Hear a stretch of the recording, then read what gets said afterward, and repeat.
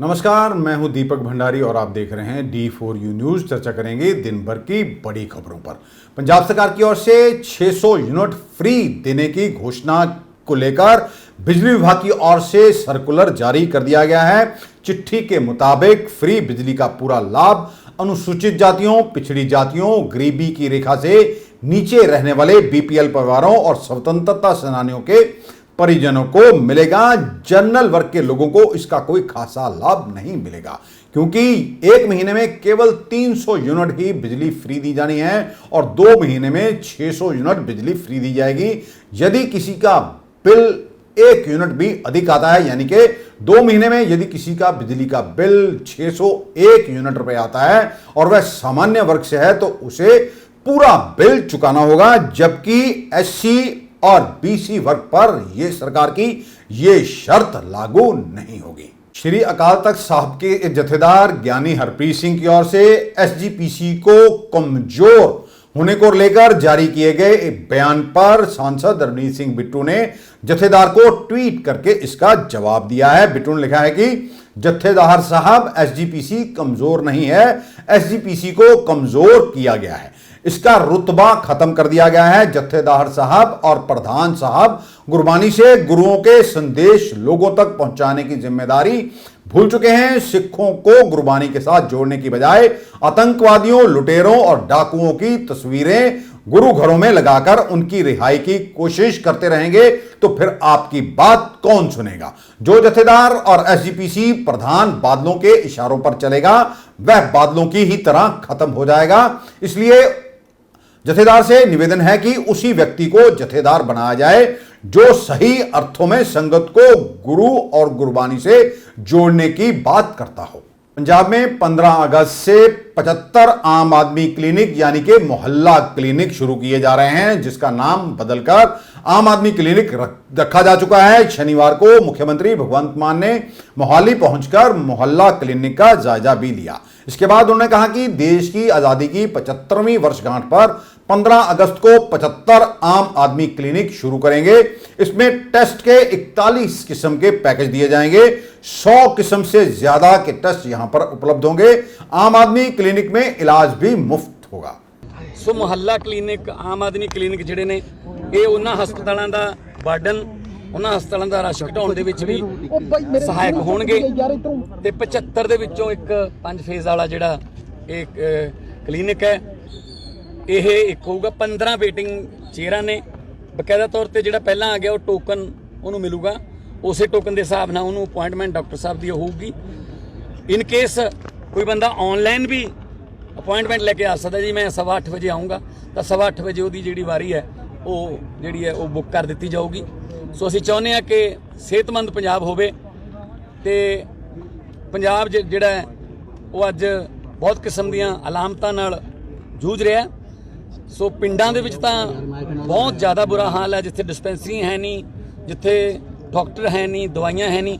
इत्थे बकायदा इत्थे जिहड़ियां दवाइयां ने ਉਹ ਬਕਾਇਦਾ ਸਾਰੀਆਂ ਦਵਾਈਆਂ ਮਿਲਣਗੀਆਂ। ਇਨ ਕੇਸ ਬਲੱਡ ਦੇ ਵਿੱਚ ਟੈਸਟ ਦੇ ਵਿੱਚ ਕੋਈ ਜ਼ਿਆਦਾ ਵੱਡੀ ਬਿਮਾਰੀ ਆਈ ਤਾਂ ਉਹਨੂੰ ਇਹ ਰੈਫਰ ਕੀਤਾ ਜਾਊਗਾ ਕਿ ਤੇਰਾ ਮਾਨ ਸਾਹਿਬ ਇਹਦੀ ਟਾਈਮਿੰਗ ਕੀ ਹੋਏਗੀ? 24 ਘੰਟੇ 7 ਦਿਨ ਹੋਏਗਾ? ਕੀ ਟਾਈਮਿੰਗ ਕੀ ਕੁਝ ਪ੍ਰੋਸੈਸ ਰਹੇਗਾ? ਦੇਖੋ, ਜਿੰਨੀ ਦੇਰ ਮਰੀਜ਼ ਆਉਂਦੇ ਰਹਿਣਗੇ, ਜਿਹੜਾ ਡਾਕਟਰ ਸਾਹਿਬ ਉੱਥੇ ਬੈਠੇ ਰਹਿਣਗੇ ਤੇ ਬਕਾਇਦਾ ਤੌਰ ਤੇ ਇੱਕ ਅਸੀਂ ਪਲਾਨ ਉਹਦਾ ਬਣਾ ਰਹੇ ਹਾਂ। आपको याद होगा 20 जुलाई को अटारी के पास गांव भकना और होशियार नगर के पास पुलिस की ओर से एक मुकाबले के दौरान सिद्धू मूसेवाला के 2 कातिलों जगरूप सिंह रूपा और मनप्रीत सिंह मन्नू को मार गिराया गया था। अब इसको लेकर जांच शुरू कर दी गई है।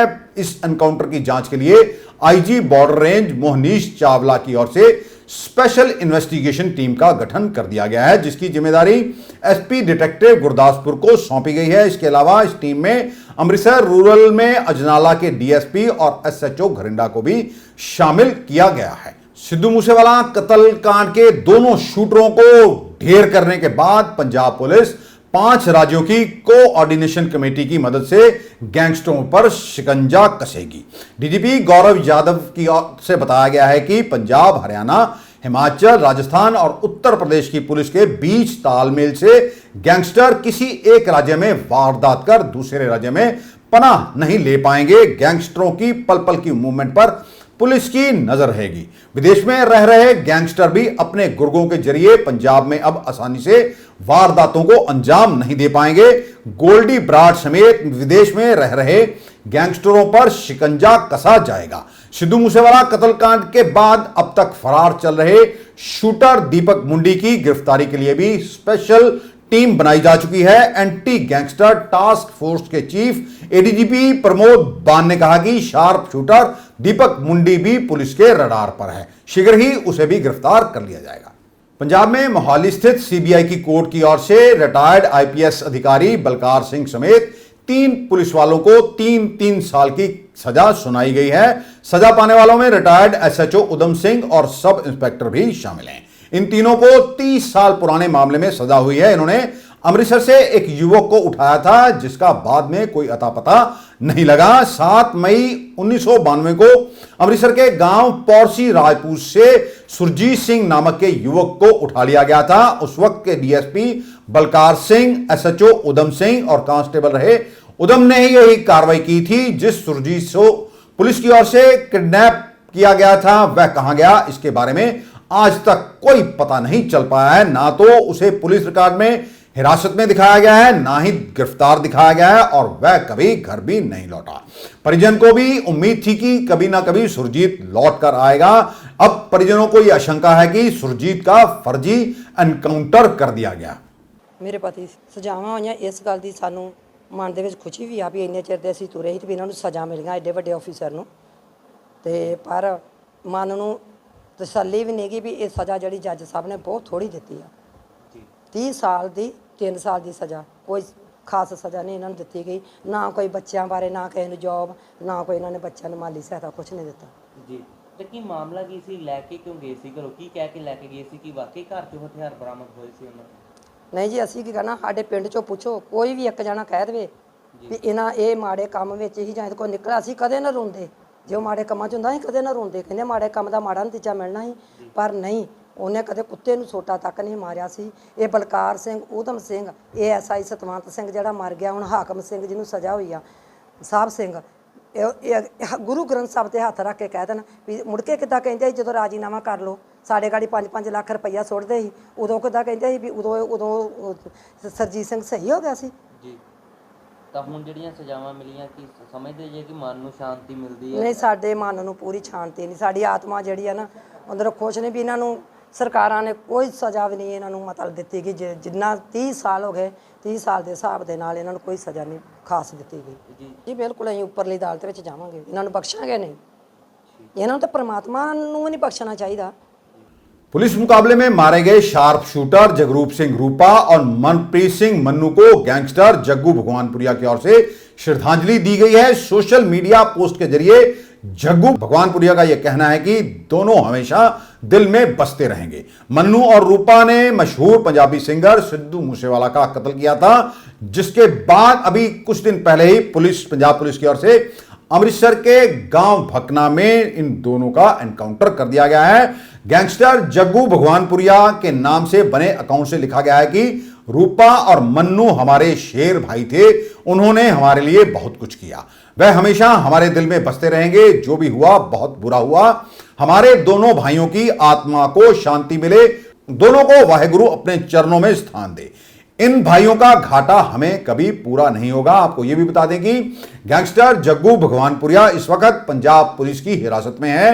जग्गू को पंजाब पुलिस तिहाड़ जेल से लाई थी। उससे सिद्धू मूसेवाला हत्याकांड में पूछताछ की जा रही है। इसके बाद उसे पंजाब में दर्ज दूसरे केसों में भी रिमांड पर लेकर पुलिस की ओर से पूछताछ की जा रही है। केंद्रीय मंत्री स्मृति ईरानी की ओर से उनकी बेटी पर अवैध बार चलाने के आरोपों को लेकर आज सफाई दी गई है। प्रेस कॉन्फ्रेंस करके उन्होंने यह बताया है कि यह सब झूठ है। इसके लिए वह कांग्रेस से कोर्ट में जवाब मांगेंगी। उनका यह कहना है कि उनकी बेटी कॉलेज स्टूडेंट है और वह कोई बार नहीं चलाती। कांग्रेस मुझे और मेरी बेटी को बदनाम कर रही है क्योंकि मैं सोनिया गांधी और राहुल गांधी के खिलाफ प्रेस कॉन्फ्रेंस करती हूं और करती रहूंगी। मैं कांग्रेस के नेताओं से कोर्ट में जवाब मांगूंगी। आपको बता दें कि कांग्रेस की ओर से यह आरोप लगाया गया था कि स्मृति ईरानी की बेटी गोवा में सिली सोल्स कैफे एंड बार नाम से जो रेस्टोरेंट चलाती हैं उसका लाइसेंस अवैध है।